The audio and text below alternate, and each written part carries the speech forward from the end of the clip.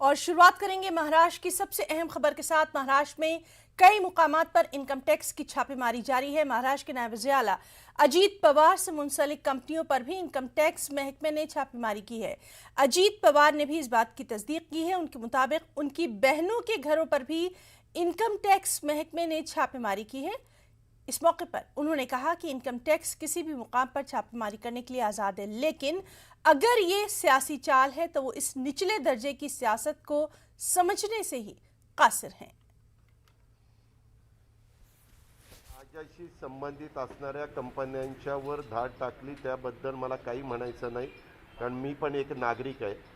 मला एका गोष्टीचं दुःख आहे की ज्या माझ्या बहिणी ज्यांची 35 वर्षापूर्वी 40 वर्षापूर्वी लग्न झाली आणि त्या त्यांच्या ठिकाणी अतिशय चांगल्या पद्धतीने त्यांचा संसार करतायत, त्याही 3 बहिणींच्यावर, एक माझ्या कोल्हापूरच्या बहिणीवर आणि 2 माझ्या पुण्यातल्या बहिणींवर त्यांनी धाडी टाकल्या। आता ह्याच्या पाठीमागचं कारण मात्र मला समजू शकलं नाही, पण ज्यांचा तसा अर्थार्थी काही संबंध नाही त्याचे मात्र मला निश्चितपणे वाईट वाटतं की इतक्या खालच्या पातळीवर जाऊन कोणी राजकारण करू शकतं हे मला आजपर्यंत कळलेलं नाहीये। वहीं दूसरी तरफ महाराष्ट्र के वजीर अक़लियती उमूर नवाब मलिक ने इनकम टैक्स की छापेमारी को बीजेपी की मरकजी हुकूमत की साजिश करार दिया। नवाब मलिक के मुताबिक मरकजी हुकूमत महाराष्ट्र में वही काम कर रही है जो उसने मगरबी बंगाल में किया था। नवाब मलिक ने मरकजी हुकूमत पर गैर बीजेपी हुकूमतों के खिलाफ कौमी एजेंसियों के गलत इस्तेमाल का भी अपने खास अंदाज में इल्ज़ाम लगाया।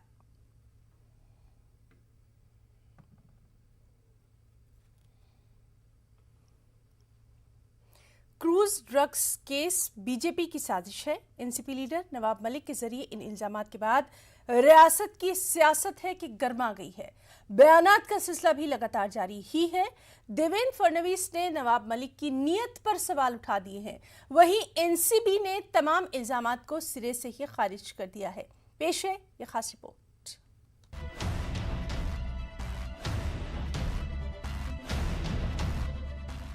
मुंबई ड्रग क्रूज मामले पर सियासी हंगामा उरूज पर है।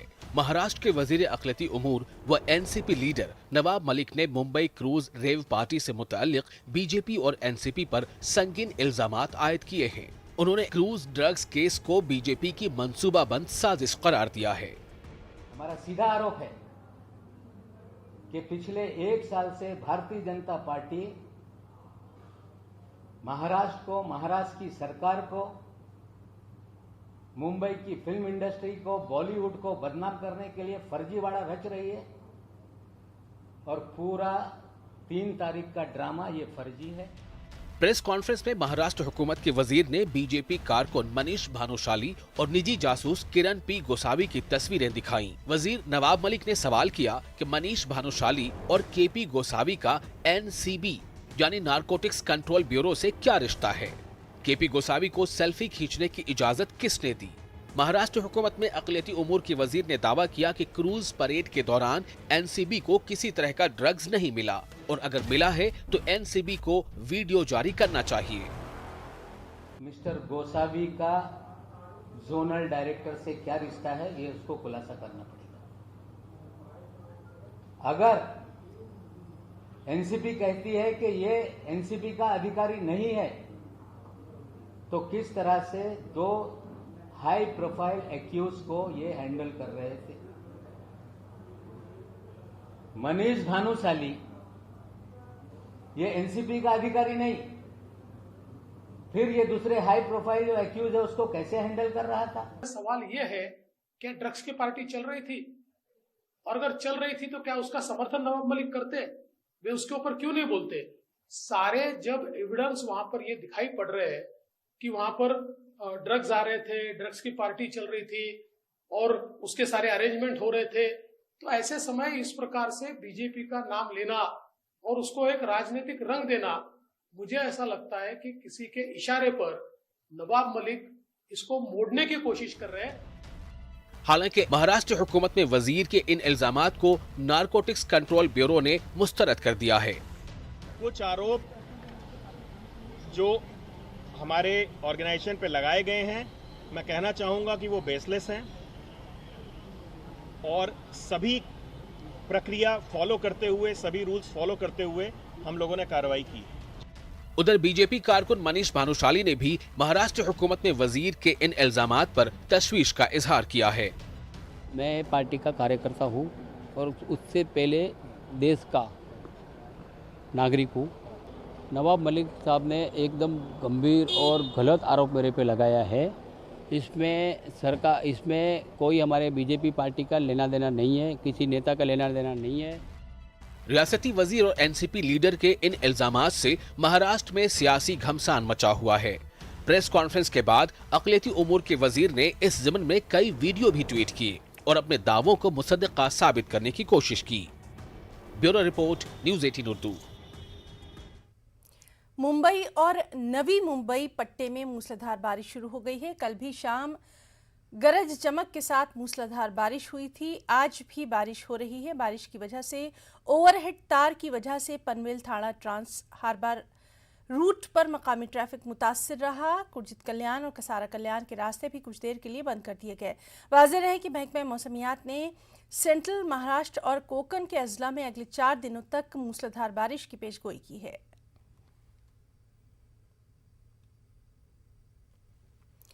कोरोना वैक्सीनेशन में इजाफे के लिए महाराष्ट्र हुकूमत मिशन कूच कुंडल की शुरुआत करेगी। इस मुहिम को 8 से 14 अक्टूबर तक चलाया जाएगा। दशहरे के मौके पर शुरू होने वाली इस मुहिम का मकसद फी दिन 15 लाख अफराद को वैक्सीन लगवाना है। महाराष्ट्र के वजीर सेहत राजेश टोपे ने इस बात की जानकारी दी। महाराष्ट्र में इबादतगाहों को अकीदतमंदों के लिए बाज़ाब्ता कोरोना गाइडलाइंस के साथ खोला गया। रियासती हुकूमत के इस फैसले का अवामी हलकों में खैर मकदम किया गया। आज सुबह सीएम उद्धव ठाकरे अपने अहल खाना के साथ मुंबा देवी मंदिर गए और भगवान के दर्शन किए। इस मौके पर उनके साथ काबीना वजीर आदित्य ठाकरे और मुंबई की मेयर किशोरी पेडेनकर भी मौजूद रहीं। दूसरी जानिब अक़लियती उमूर वजीर नवाब मलिक ने मुंबई की मारूफ माहिम दरगाह का दौरा किया और यहाँ पर तमाम तैयारियों का जायजा लिया। 7 तारीख से महाराष्ट्र में धर्म स्थलों को खोलने का निर्णय जारी किया गया था और आज से सभी धार्मिक स्थल खोले गए। मस्जिद हो, मंदिर हो, दरगाह हो, गिरजाघर हो, बौद्ध विहार हो, सभी जगह से लोग आज श्रद्धालु जा रहे हैं। मुख्यमंत्री जी भी गए मुंबा देवी मंदिर। अजीत पवार जी सुबह हमारे दादर की सिद्धिविनायक मंदिर गए। हम लोग भी आज यहाँ माहिम की दरगाह पे आए हैं।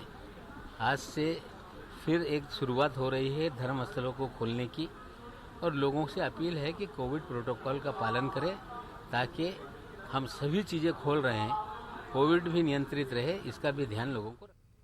औरंगाबाद में भी तकरीबन तमाम मसाजिद को खोल दिया गया। हमारे नुमाइंदे अजहरुद्दीन ने औरंगाबाद की मस्जिद जमील बेग का जायजा लिया। महाराष्ट्र में आज से तमाम मजहबी मकामात को खोल दिया गया है। 1.5 साल के बाद मजहबी मकामात को खोला गया है। इस वक्त हम औरंगाबाद की मस्जिद जमील बेग में मौजूद है। यहाँ के इंतज़ामिया से जानने की कोशिश करते हैं कि उन्होंने इस ताल्लुक़ से क्या इक़दाम किए थे। जैसा कि आप जानते हैं कि काफ़ी अरसे के बाद फिर से मस्जिदें और पूरे मजहबी मकामात महाराष्ट्र के खोले जा रहे हैं। यहाँ से इसके पेश नज़र जो गवर्नमेंट के रूल्स ऑफ है कोविड के ताल्लुक़ से उस सब का इंतज़ाम किया गया है यहाँ पर, जैसा कि मास्क लगाना और सैनिटाइजेशन का नज़म किया गया है इस मस्जिद के अंदर। इसी तरह मस्जिदें ख़ास तौर पे कोविड को फैलने का मरकज़ ना बने, इसलिए ख़ास तौर पे इसका ख्याल रखा गया है। मसाजिद में भी अब बाज़ाब्ता इबादत होंगी, लोग नमाज़ पढ़ सकेंगे, यहाँ आ सकेंगे। तो आप लोगों ने आज यहाँ पर क्या एहतमाम किया था, क्या क्या तैयारियाँ की? जी, हमने यहाँ पर सैनिटाइजेशन का नज़म किया था कि लोग अपने साफ़ सफाई का ख्याल रखें, डिस्टेंस मेंटेन करें और जिस तरह देर से ही सही लेकिन मस्जिदें खुली हैं, अल्हम्दुलिल्लाह अल्लाह का एहसान है, तो ये हमेशा कायम रहे। और इसी तरह जैसा प्रोटोकॉल है कोविड का, डिस्टेंस लोग मेंटेन करें, नमाज की अदायगी करें, इस सब चीज़ों का ख्याल रखा गया है। ये थे मोईदुल हशर। जैसा कि आपको बताया गया है कि महाराष्ट्र के तमाम मजहबी मकामात खोल दिए गए हैं, मसाजिद भी आज से आबाद हो जाएंगी। अजहरुद्दीन, न्यूज़ 18 उर्दू, औरंगाबाद। वहीं मुमरा में थाने म्यूनिसिपल कॉरपोरेशन के अपोजिशन लीडर अशरफ पठान ने शहर की तमाम इबादतगाहों में दवाओं का छिड़काव करवाया। आयमा, उलमाए कराम और मुसल्लियान ने मस्जिद के खुलने पर बेपनाह मसरत का इजहार भी किया। बहुत अच्छी बात है, क्योंकि ये कोरोना एक आलमी वबा थी। अल्लाह तबारक व तआला ने इससे हमको और हमारे मुल्क के लोगों को निजात अता फरमाया और हमारे हुकूमत महाराष्ट्र ने मदरसा, मस्जिद और स्कूल, कॉलेज खोल करके हम लोगों के लिए बहुत बड़ी खुशी की बात है। और हम लोग सब मस्जिदों में दुआ करते हैं कि अल्लाह तबारक व तआला कभी ये दिन ना दिखाए। मालेगांव शहर और अतराफ के इलाकों में भी मसाजिद में कोरोना गाइडलाइंस पर अमल आवरी की ट्रस्टियान की जानिब से लगातार अपील की जा रही है। साफ सफाई के साथ साथ सैनिटाइजेशन, समाजी फासला कायम रखने और मास्क के इंतजाम भी किए जा रहे हैं ताकि इबादत के लिए आने वालों को किसी किस्म की दिक्कत ना हो और वो यकसुई के साथ इबादत कर सकें। मौके पर बहुत खुश हैं। मालेगांव शहर जो मस्जिदों का, मीनारों का शहर है, इस शहर के अंदर तकरीबन 350 मसाजिद तमाम ही मसालिक की है ना। और अल्हम्दुलिल्लाह हुकूमत की गाइडलाइन के मुताबिक यहाँ अभी तक के जो है कहना चाहिए कि हुकूमत की गाइडलाइन का पासो लिहाज किया जा रहा था। अब यहाँ से हुकूमत ने जैसा कि हमें इजाज़त दी है कि भाई आप लोग अपनी मस्जिदों के अंदर आ सकते हो और आ करके जो है नमाज़ें अदा कर सकते हो, अपनी इबादतें कर सकते हो। अल्हम्दुलिल्लाह हम सब मुसलमानान मालेगांव खुश हैं और हम इंशाअल्लाह अपने रब की इबादत करेंगे। कोरोना से निपटने के लिए हुकूमत की जानिब से मुख्तलिफ इक़दाम उठाए गए हैं, जिनमें पीएम केयर फंड से मुल्क भर के अहम शहरों में 35 ऑक्सीजन प्लांट लगाए गए हैं। प्लांट का इफ्तिताह पीएम नरेंद्र मोदी ने वर्चुअल तरीके से किया। अमरावती के सुपर स्पेशलिटी हॉस्पिटल में लगाए गए ऑक्सीजन प्लांट का इफ्तिताह भी पीएम ने ही किया। इस मौके पर वज़ीर-ए-आज़म नरेंद्र मोदी ने हुकूमत की जानिब से उठाए गए इक़दामात पर रोशनी डाली। इफ्ताही तकरीब में रुकन पार्लियामेंट नवनीत राणा और ज़िला कलेक्टर पुनीत कौर समेत सियासी और समाजी शख्सियात ने शिरकत की। हथियार की नोक पर बार मालिकान को लूटने वाले सरगना ग्रुपों की टोली को गिरफ्तार करने में नांदेड़ पुलिस को कामयाबी मिली। पुलिस ने मुलजिमीन के कब्जे से 3 टू व्हीलर, 1 कार, 2 पिस्तौल, 1 एयरगन, जिंदा कारतूस समेत तकरीबन 7,68,000 रुपए की मालियत का सामान जब्त किया।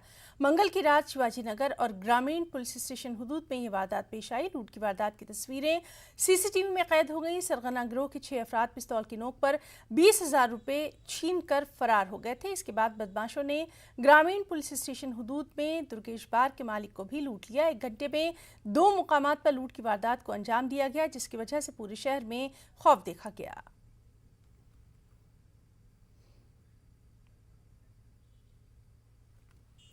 मालेगांव शहर में कोरोना की वैक्सीन अभी तक सिर्फ 21% लोगों को ही लगवाई गई है। वैक्सीन को लेकर लोग सर्दमहरी का मुजाहरा कर रहे हैं। वैक्सीनेशन से मुताल्लिक बेदारी पैदा करने के मकसद से पुणे के सेव द चाइल्ड नामी तंजीम ने मालेगांव म्यूनिसिपल कॉरपोरेशन के महकमा सेहत को 2 गाड़ियां आर्जी तौर पर फराहम करवाई हैं।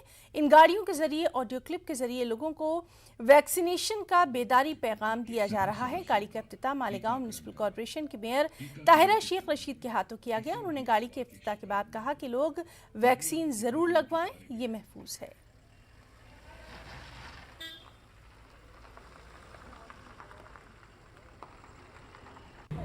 हमें सेव द चिल्ड्रन संस्था द्वारा ये 2 गाड़ियां महानगर पालिका को इन्होंने हैंडओवर की है। ये 2 गाड़ियां जो हमें दी गई है, ये 2 गाड़ियों का काम होगा कि ये वैक्सीन से जो लोग डरते हैं उनके दिल से बिल्कुल डर निकल जाना चाहिए और वैक्सीन जो है वो लगाने के लिए लोग आगे आए, क्योंकि वैक्सीन लगाना हमारे लिए बहुत ज़रूरी है। महापालिका के अंतर्गत जो सेव द चिल्ड्रन एक जो वैन आई है उसके प्रति हम लोग ये आह्वान करते हैं, जैसे कि मैडम ने अभी महापौर मैडम ने यही बोला कि सारे लोगों ने कैसा वैक्सीन लेना चाहिए, क्यों लेना चाहिए, ये सारी बातें तो उन्होंने की है। मैं तमाम जनता को ये आह्वान करूँगी कि अपना मालेगांव का जो परसेंटेज है वो खाली 21% है, उसमें भी शायद हो सकते हैं कि बाहर गाँव भी ये भी उसमें मौजूद होंगे, तो अपना मालेगांव का परसेंटेज बहुत ही लो चल रहा है। तो इसलिए मेरी तमाम शहरी वासियों को गुजारिश है कि वो नांदेड़ के लोटस अस्पताल में दिमाग की एंजियोग्राफी जैसी जदीद सहूलत अब दस्तयाब रहेगी। ज्योतिबा फुले जन आरोग्य योजना के तहत यहां इलाज किया जा रहा है, जिसमें इलाज का सारा खर्च रियासती हुकूमत अदा करेगी। दिमाग की एंजियोग्राफी और एंजियोप्लास्टी जैसे नाजुक ऑपरेशन के लिए अब तक यहां के लोगों को हैदराबाद, मुंबई और औरंगाबाद जैसे बड़े शहरों का रुख करना पड़ता था। ब्रेन एंजियोग्राफी, ब्रेन एंजियोप्लास्टी, इसी तरह दिल की एंजियोग्राफी और एंजियोप्लास्टी की भी सहूलत दस्तयाब कराई गई है। हुकूमत की जानिब से चलाई जा रही स्कीम के तहत ज़्यादा से ज़्यादा लोगों से इन स्कीमों से इस्तेफ़ादा हासिल करने की अपील भी की गई है। औरंगाबाद में एंडोवेस्कुलर स्पेशलिस्ट हूँ। नांदेड़ में हर महीने के पहले रविवार विजिटिंग में आता हूँ।